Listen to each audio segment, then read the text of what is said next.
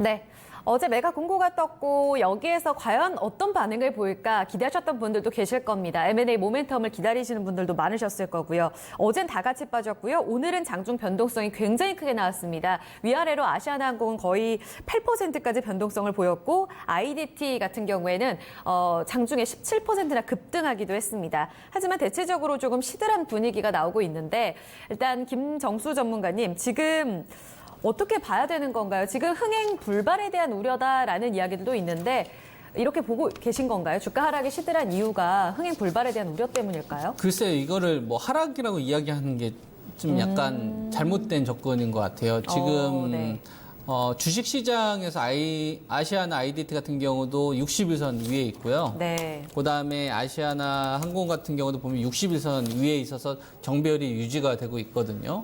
다른 주식들은 거의 뭐 신저가 대부분 다 기록하잖아요. 몇몇 네. 종목들만 빼놓고. 네, 네. 그래서 물론 이제 오늘 하루 이제 고가 대비 좀 밀리기는 했으나 예. 이걸 가지고서 하락했다라고 이야기하는 거는 좀 잘못된 접근이지 않을까 저는 이렇게 좀 네. 개인적으로 보고요. 하락했다는 건 지금 신저가를 기록하거나 뭐 대한항공처럼 이렇게 박살이 난다거나 네. 이랬었을 때 하락했다라고 이야기를 해야 될 것 같고 예. 제가 바라보고 있는 거는 그래도 기대를 하고 있는 거예요. 기대를 하고 있으니까 이 정도 흐름을 주가가... 지금 시장에서 보여주고 있는 거죠. 예.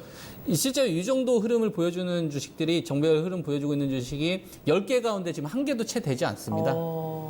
예, 그래서 이거는 저는 기대치가 그나마 남아 있기 때문에 이 정도 흐름을 좀 보여주고 있는 거라 좀 판단이 좀 들고 네. 이제 아시아나가 이제 금호그룹에서 좀 무리하게 그 인수를 하면서 아름다운 기업인 줄 알았는데 아름답지 못했잖아요. 재무적으로는. 네. 결과적으로 보면 이제 경영 실패해서 이제 보는 건데 예. 가장 큰 기대는 돈 있는 기업들이 확 들어간 게 좋죠. 그러니까 예를 들면 우리나라에서 이제 삼성이 가기는 힘드니까 뭐 SK 같은 이런 대기업들, 자본력이 튼튼한 기업들이 하면은 이런 건 뭐 바로 상한가인 거죠.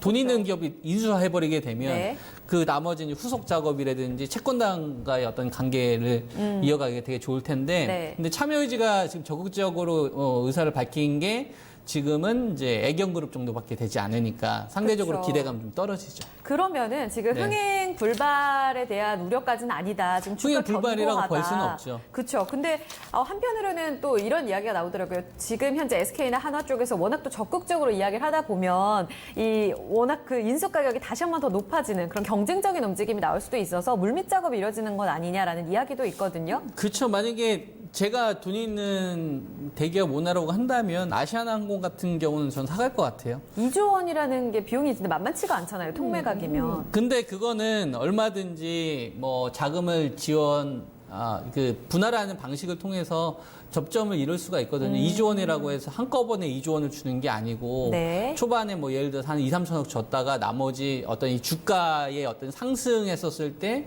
다시 돈을 가져오는 뭐 콜옵션을 행사한다든가. 근데 실제로 투입되는 건 2조지만 나중에 주식 올랐었을 때 어떤 여기서 가져올 수 있는 걸 통해서 충분히 조절이 가능한 부분들이에요. 우리가 그 금액만 봐서는 안 되고요. 주식을 싸게 인수하는 방법이라든지 나중에 옵션을 활용하는 이런 가지 조치가 있기 때문에 네. 액면가하고 실제 투입하는 금액가하고는 좀 차이가 나는 경우가 대다수입니다. 이제 관건은 이제 대한항공 같은 경우에는 이제 한진그룹 그쪽이다 보니까 쉽지가 않겠지만 아시아나항공의 입장에서는 금호그룹에서 돈이 지금 굉장히 급하단 말이에요. 그렇죠, 네. 그렇기 때문에 이제 매각에 대한 요 의지도 되게 좀 강하고 그랬었을 때 아시아나항공이 가지고 있는 매력은 상당하죠. 지금 아무리 뭐 저가항공사라고 하더라도 네. 저가항공사에 비해서 아시아나항공이 가지고 있는 경쟁력은 분명히 저는 있다라고 보고 있고요. 네. 제가 만약에 진짜 대기업 오너라고 한다면 이거 사갈 것 같은데. 예, 근데 그 부분 때문에 네. 저는 유지가 된다라고 보고 네, 있고요. 네. 대한항공 차 타고 완전 다르잖아요. 대한항공. 답이 나오네요. 그렇죠. 그러니까 네. 만약에 주가가 박살났다, 기대감이 없다라고 한다면 네. 뭐 주가 차트가 대한항공 같은 차트가 나와야죠. 근데 이 양은 버티잖아요. 네. 시장이 되게 안 좋은데 네. 그럼 기대감이 남아 있는 거죠. 그렇군요. 지금 화면에 또 차트가 아주 대조적으로 나오고 있는데요. 항공주들이 굉장히 울상이죠. 하지만 아시아나 그룹주의 경우에는 과연 연이틀 하락이 안 좋은 것인가라고 보기에는 매력적인 매물이라는 게 주가에 나타나고 있다. 이렇게 답을 드립니다. 이광무 전문가님은 어떠세요? 저희가 지금 주가 하락의 원인인가요? 라는 질문이 지금 무의미할 것 같거든요. 지금 지금 매각 공고 나온 이후에 분위기를 어떻게 좀 감지하고 계세요?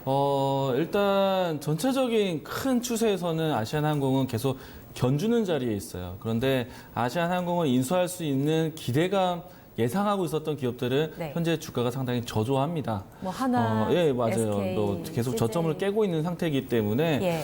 지금은 이제 아시아나항공에 대한 매각 기대감으로 해서 인수 기대감이라든지 또 피인수되는 가능성 있는 기업들이 모두 다 한 그룹으로 보고 있는데 어떻게 보면은 금호산업 입장에서는 아시아나항공을 원래 처음에는 아끼고 싶었어요. 매각하고 싶지 않았습니다. 근데 이 채권단의 입장은 좀 강경했었고 지금은 이제 입장이 완전히 바뀌었어요. 어떻게든지 빨리 팔아야 되는 입장이 돼버렸어요. 네.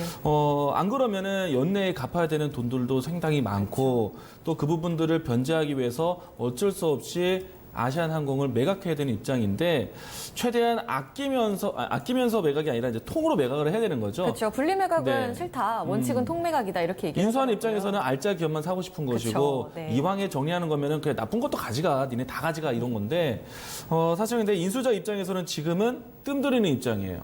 이제 급할 게 없거든요. 입장이 계산에 완전히 들어갔네요. 바뀌었어요. 아시아나항공만 봤을 때는 아시아나항공이라는 것이 굉장히 매력적이었었는데 네. 이제는 시간이 지나면 지날수록 목이 타는 입장은 금호 쪽이에요. 그리고 어떻게 보면은 이 채권단이라든지 또 산업 입장에서도 이제는 빨리 처분하는 과정이 오히려 그들에게 좋은데 지금은 최대한 뜸을 들이고 있는 거죠. 뜸을 들이니까 이 아시아나항공의 재무제표도 조금 바뀌었고 왜냐면은 아시아나항공이 조금 더 매력을 부각시키기 위해서 가지고 있었던 항공 라인들도 정리하고 노선도 정리하고 이렇게 좀 불필요한 구조조정을 좀 하면서 네. 좀 더 타각이 좋은 회사로 바꿔가고 있는데 그러면은 이 인수 가능성 있는 기업들이 다시 볼수 여기서 조금 더 여기서 조금 더 그러니까 지금 7월 달인데 이제 예비 입찰에 대한 부분들이 연기돼서 네. 9월 달에 이제 시간이 나왔단 말이에요. 그러면 이제 아시아나항공이라든지 전체적인 매각에 대한 그림은 9월 달에 예비 입찰에 이 매각에 어느 정도 좀 윤곽이 나와야 돼요. 네. 근데 그 이전까지 계속 심리전이 남아있을 수 있기 때문에 주식 투자로 이 주주 입장에서는 상당히 답답할 겁니다. 네. 안 떨어져서 그렇죠. 좋은 건지 올라갈 수 있는데 기대감이 있는 것인지 네. 아니면 사업하기 잘 안 되더라고요. 네, 어쩌면은 정말 좋은 시나리오가 나올 수 있는 주주 입장에서 분리 매각하면은 상당히 선택할 수 있는 종목들이 많거든요. 네. 저는 분리 매각에 대한 이야기가 있다라면은 네. 가장 최선호주로 에어부산 종목들을 이야기를 드린 것처럼 이런 주주 입장에서는 선택에 대한 폭이 생긴단 말이에요. 여러 다양해진 게 아니라 선택할 수 있는 것이 딱 명확해지기 때문인데 지금은 그런 윤곽이 나올 때까지는 답답한 흐름이 나올 겁니다. 여기서 또 떨어져도 할 말이 없는 것처럼 또 인수도 마찬가지예요. 야 좋은 기업인데 놓치면 배 아픈 꼴이에요. 앞에서 이야기해 주셨지만은 오너라면은 사야 되는 기업인데 사실 네. 다 같이 어떻게 보면 단합하고 있는 것 같기도 합니다. 야 얘기하지 마. 가만히 있자. 이렇게 해서 애경은 선뜻 얘기했죠. 우리가 제일 쫄리니까, 제일 작으니까.